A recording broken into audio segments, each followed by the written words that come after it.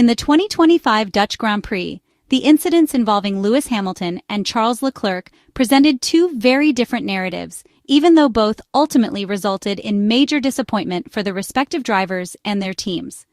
The double 0 points on the scoreboard is particularly significant in the context of a championship battle, as it represents lost opportunities in a season where every point is highly valuable. For Charles Leclerc, misfortune seemed to compound upon misfortune, while for Lewis Hamilton, a rare and somewhat unusual mistake in the opening stint played a significant role in his crash. Today's in-depth analysis aims to carefully break down exactly what happened to the Briton, to provide a thorough understanding of the circumstances and the contributing factors, and to explore what might have been done differently to potentially avoid such a costly incident. Let us attempt to reconstruct the events of Lewis Hamilton's 23-lap race at the Circuit Zandvoort. At the start of the Dutch Grand Prix, Lewis Hamilton neither gained nor lost positions, remaining directly behind his former Mercedes teammate George Russell. From the pit wall, despite the track and asphalt temperatures being relatively moderate and not unusually high for this time of the year, the Ferrari race engineers instructed Lewis Hamilton to manage his approach carefully through corners 8 and 9. Initially, the focus of the communications from race engineer Riccardo Adami was on adjusting the brake release in turn 8, with the explicit objective of reducing the heat that was being generated under braking and preventing excessive thermal stress on the rear brakes. In addition to braking management, there was a clear requirement to enter corners at slightly reduced speeds and to preserve the tires as much as possible, particularly the rear tires, which were under significant thermal stress. This stress was exacerbated by the dirty air effect produced by the cars directly ahead on the track, which disrupted airflow and affected tire grip and stability. Lewis Hamilton frequently reported over the radio that he was experiencing a noticeable degree of oversteer on corner exits. This excess rotation of the rear end was not unnoticed by the Maranello team. It had already been detected through telemetry data, which highlighted a recurring pattern of rear instability. This phenomenon, as it turned out, was directly related to the excessive wear of the rear tires, particularly the right rear tire, as Lewis Hamilton himself confirmed in a radio message during lap 20. By analyzing onboard footage, it becomes very clear that the 7-time Formula One world champion was required to exercise extreme precision at corner entry, carefully managing the rear of the car while operating at the very limit of tire performance. His experience and skill were evident, but the situation demanded constant attention and fine adjustments, especially given the worsening grip levels on certain parts of the track. When we examine the dynamics of the crash using both telemetry data and sequential onboard frames, we can begin to understand exactly what Lewis Hamilton did differently compared to the preceding laps. One of the key points highlighted by Riccardo Adami via radio communications was the entry phase into turn 3. The strategic intention behind this phase was to maximize exit speed onto the straight that leads to turn 8, in order to maintain competitive lap times and attempt potential overtaking opportunities. Interestingly, the entry line into turn 3 was not dramatically different from the approach used in earlier laps. However, when using a reference point such as the Aramco sponsor markings painted in blue on the right-hand side of the track, it becomes evident that on lap 23, the lap in which the incident occurred, Lewis Hamilton's Ferrari was marginally closer to this track marker than it had been in previous laps. For instance, on lap 21, Lewis Hamilton had used a larger portion of the outside of the corner and had a slightly larger steering angle, demonstrating a subtly different technique aimed at maintaining optimal exit speed. Telemetry data and video analysis suggest that the difference lies in the slightly higher speed that Lewis Hamilton carried into the corner, along with the decision to delay his braking points for both turns 2 and 3. Although the speed differential was relatively small, around 3 to 4 kilometers per hour, it was sufficient to generate a noticeable loss of rear grip. Additional analysis of the gas pedal input indicates that this instability was not caused by an early throttle application, nor can it be attributed to an obvious error in car positioning on the circuit.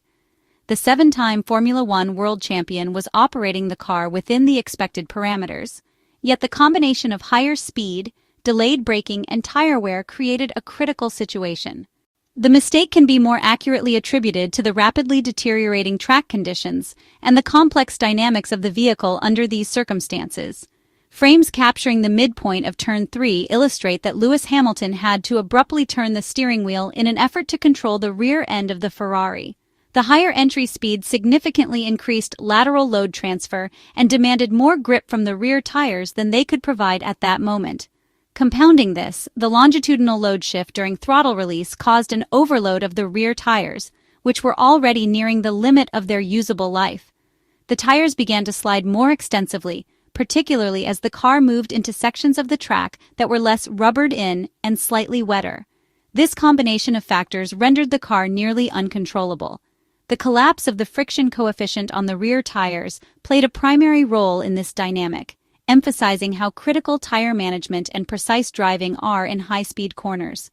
When Lewis Hamilton applied a sudden countersteer in an attempt to bring the car back on its intended trajectory, the rear end was pushed into a less grippy portion of the track.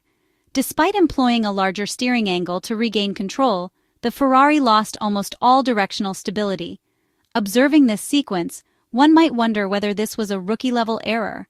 However, given Lewis Hamilton's extensive experience and his 7 world championship titles, it is clear that the situation was much more complex than a simple mistake.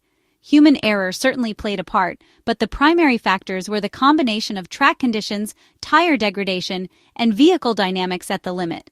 Just moments before the crash, Lewis Hamilton had been discussing an undercut strategy to overtake George Russell and noted over the radio that the tires were still technically usable.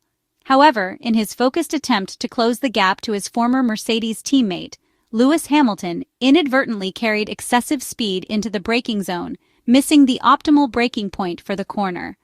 This decision, combined with the track's evolving conditions and the state of the rear tires, proved to be fatal in terms of vehicle control.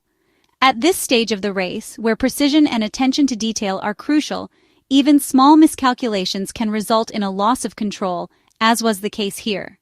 By carefully analyzing this sequence, we can appreciate just how finely balanced the performance of a Formula One car is, particularly when operating at the very limits of tire adhesion and aerodynamic grip. Lewis Hamilton's crash demonstrates how multiple subtle factors, slightly higher speed, delayed braking, rear tire wear, track conditions, and the aerodynamic consequences of driving in the dirty air of cars ahead, can converge in a matter of seconds to create an almost unavoidable incident. While the crash may appear at first glance to be a straightforward error, it is in fact the result of a highly complex interaction between driver input, tire performance, vehicle dynamics, and track characteristics. Furthermore, comparing this incident to that of Charles Leclerc highlights the contrasting nature of the two events. While the Monegasque's race was affected primarily by a series of unfortunate circumstances, Lewis Hamilton's incident was driven more by the combination of human decision-making under pressure and the technical limits of the car in the prevailing conditions.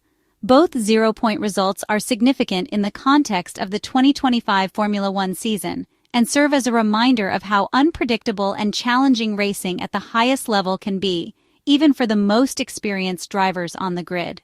In conclusion, the analysis of Lewis Hamilton's crash in the 2025 Dutch Grand Prix provides an important insight into the delicate balance between speed, tire management, and precision driving in Formula One. It underscores how even a 7-time world champion can be challenged by the combination of slightly elevated corner entry speed, marginal misjudgment of braking points, worn tires, and changing track conditions.